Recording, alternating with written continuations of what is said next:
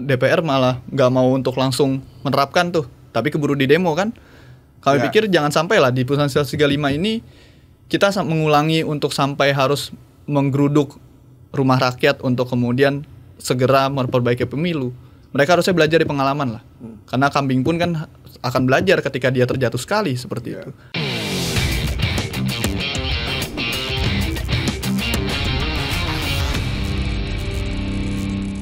Kang, itu 4 usulan dari teman-teman Perludem tuh kayaknya udah lengkap. Pertanyaannya, teman-teman Parpol mau nggak melakukan itu sekarang juga?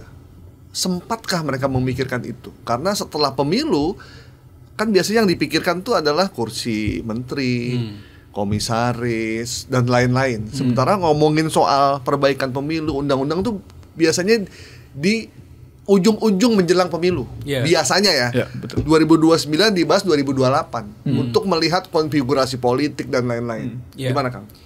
Ya, ini yang saya pikir harus dirubah polanya seperti itu. Yang tadi ya, bahwa misalnya soal revisi undang-undang pemilu itu ya harusnya masuk dalam, kan udah masuk prolegnas, harusnya sudah harus kebut. Bahkan pikiran saya terdahulu di 2019 terjadi berbagai peristiwa-peristiwa lah, termasuk teman-teman kita yang gugur misalnya seperti itu harusnya masuk. Tapi kan ternyata tidak adanya perubahan undang-undang pemilu. 2024 berjalan seperti itu. Nah sekarang 2024 dengan adanya seperti ini, nah saya pikir ini menjadi jalan untuk teman-teman pembuat undang-undang untuk segera melakukan proses revisi. Karena dalam konteks itu tidak hanya konteks proses penyelenggaranya saja, tidak hanya konteks terkait dengan soal electoral justice-nya saja, tapi yang paling penting itu adalah terkait dengan soal sistem pemilunya. Dan proses pemilunya itu penting.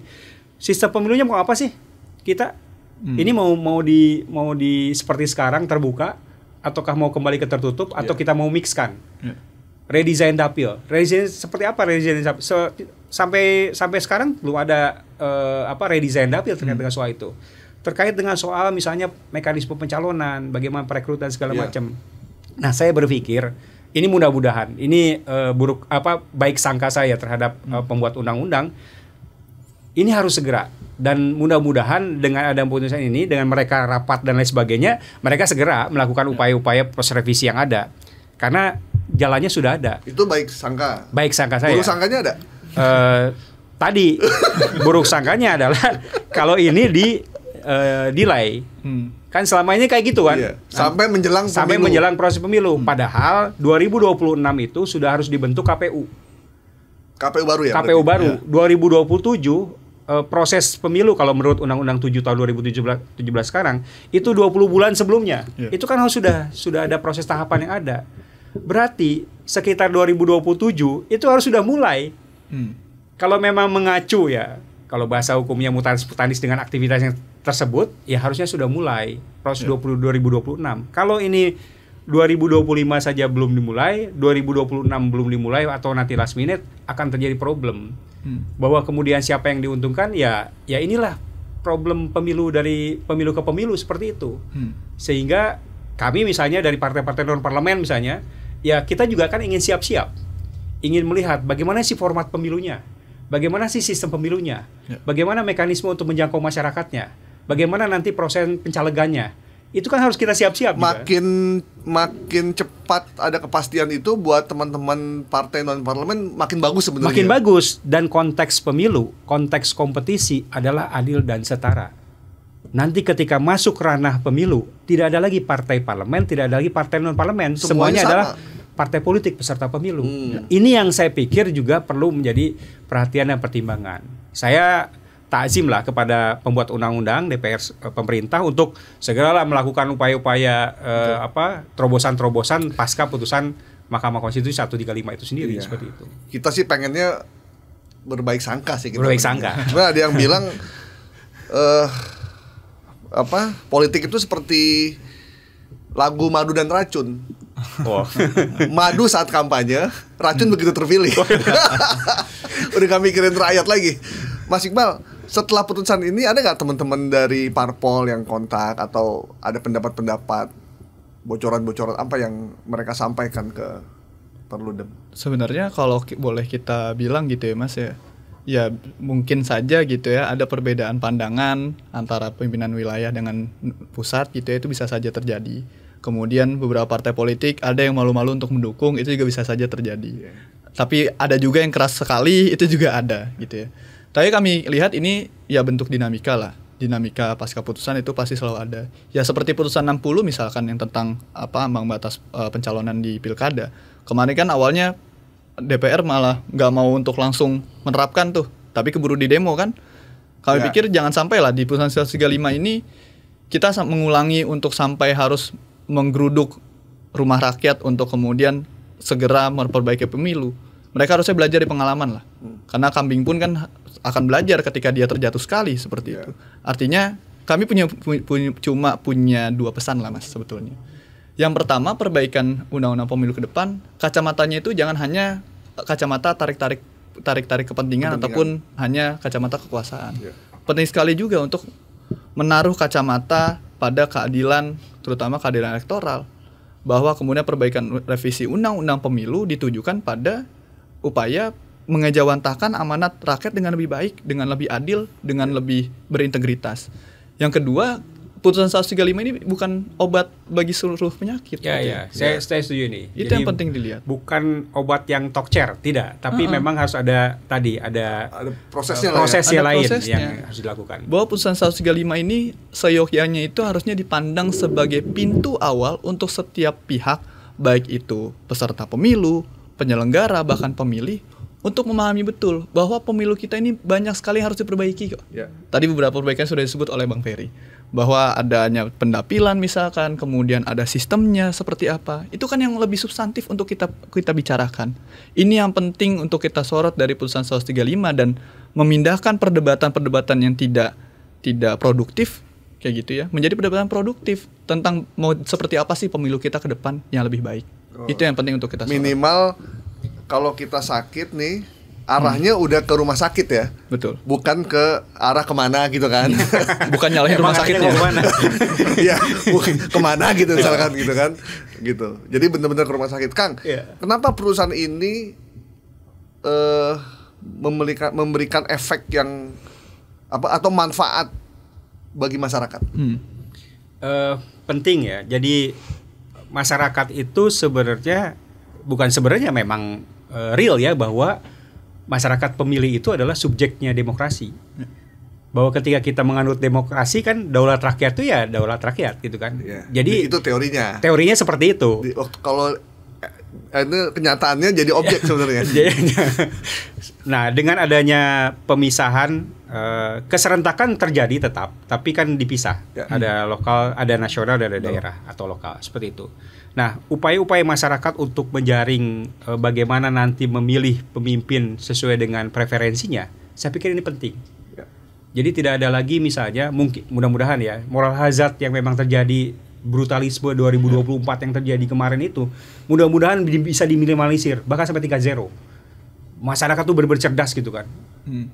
Gue ingin milih pemimpinnya yang seperti ini, memilih partainya seperti ini. Kan seperti itu.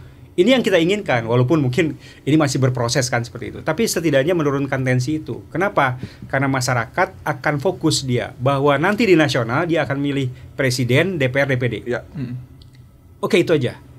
Nah, nanti 2 tahun setengah berikutnya atau 2 tahun setengah berikutnya dia akan memilih gubernur, bupati, wali kota dan DPRD provinsi dan kota. Sehingga fokus. Jadi dari situ saja itu kita melihat bahwa masyarakat itu sudah mulai nggak ada anggapan lagi bahwa suara tidak sah itu akan lebih tinggi lagi, tapi akan lebih menurun seperti itu. Ini yang kita harapkan, masyarakat aktif, masyarakat rasional, masyarakat betul-betul bisa memilih pemimpinnya sesuai dengan ini. Masyarakat juga tidak ternina bobo oleh urusan-urusan money politik, politik uang, moral hazard segala macam kayak gitu, politik biaya tinggi. Nah, itu yang selama ini kan serentak kemarin kan saya milih juga. Terlampau banyak yang kita pilih. Jadi kita bingung. Saya aja di DPRD orang Bekasi nggak tahu siapa wakil saya karena banyak banget yang mau kita pilih kan. Hampir 400 kan? Hampir 400. Berarti tidak ada lagi tuh yang namanya efek ekor jas. Tidak ada lagi orang yang cuma numpang dalam ketenaran capres. Ya. Jadi semua harus gubernur, wali kota, bupati, DPRD harus sendirian, bener ya? Iya. Implikasi bagi partai pertama adalah soal kaderisasi. Ini penting. Jadi ini dengan putusan ini partai itu dipecut untuk melakukan proses kaderisasi yang betul-betul optimal. Yang kedua, rekrutmen caleg, Kang. Jadi rekrutmen calegnya betul-betul dia harus punya kapasitas. Bisa jadi tidak lagi misalnya yang instan-instan lah seperti itu. Walaupun memang dalam politik kan dinamis. Seperti itu. Itu kan kita bisa upayakan. Yang lainnya adalah tidak ada lagi tandem. DPR kan biasanya tandem dengan DPRD provinsi dan kabupaten kota. Ini tidak ada lagi tandem. Pasang baligo. Jadi mahal dong. Jadi DPR ini memang betul-betul dia punya kualifikasi yang luar biasa yang memang dia bisa menjangkau masyarakat tingkat bawah. Nah, ini yang penting. Jadi bisa jadi ini juga dipikirkan juga termasuk oleh kami di partai gitu kan, bahwa tandem itu tidak ada lagi sekarang. Nanti mungkin lebih kepada kotel efek dengan presiden, kan kayak gitu. Nanti ada kotel efek dengan gubernur, bupati, wali kota di pemilihan daerah, pemilu daerah atau pemilu lokal tadi. Jadi seperti itu. Nah, ini berimplikasi. Kalau urusan logistik dan lain sebagainya itu urusan lain lah ya. Urusan partai masing-masing lah. Urusan partai masing-masing dan urusan negara dalam konteks bagaimana membiayai pemilu. Tapi yang penting adalah bagaimana kita mulai dari sekarang dengan adanya putusan tersebut, apa implikasi-implikasi dalam konteks kenegaraan seperti apa, dalam konteks partai politiknya seperti apa. Ini yang harus kita Nah, Mas Iqbal, setelah putusan ini sepertinya memang yang bereaksi baru parpol dan elit politik ya. Sementara masyarakat kayaknya adem-adem aja nih. Jadi kita harus kasih edukasi juga ke publik, Mas, untuk lebih bahwa ini penting loh buat kita supaya kita bisa memilih lebih tepat gitu. Nah, daya tarik utama, Mas, bagi kami untuk masyarakat sebetulnya karena seringkali karena efek pemilu serentak pada 2019 dan juga 2024 kemarin itu salah satunya adalah tertimbunnya isu lokal. Karena orang-orang kan konsen ke nasional semua tuh. Misalnya saya kemarin masih di Jogja tahun lalu gitu ya, Mas ya. Dan juga di daerah Jawa Tengah sempat juga. Kita kadang nggak tahu nih siapa yang nyalon wali kota, tapi kita pasti tahu kan siapa yang nyalon presiden. Bahasanya kan seperti itu. Kita tahu siapa yang nyalon presiden, tapi kita belum tentu tahu siapa yang nyalon DPR, bahkan DPRD, kan bahasanya seperti itu. Artinya, dengan pemisahan ini kita bisa mengkonsentrasikan gitu ya, isu-isu supaya pada tempatnya.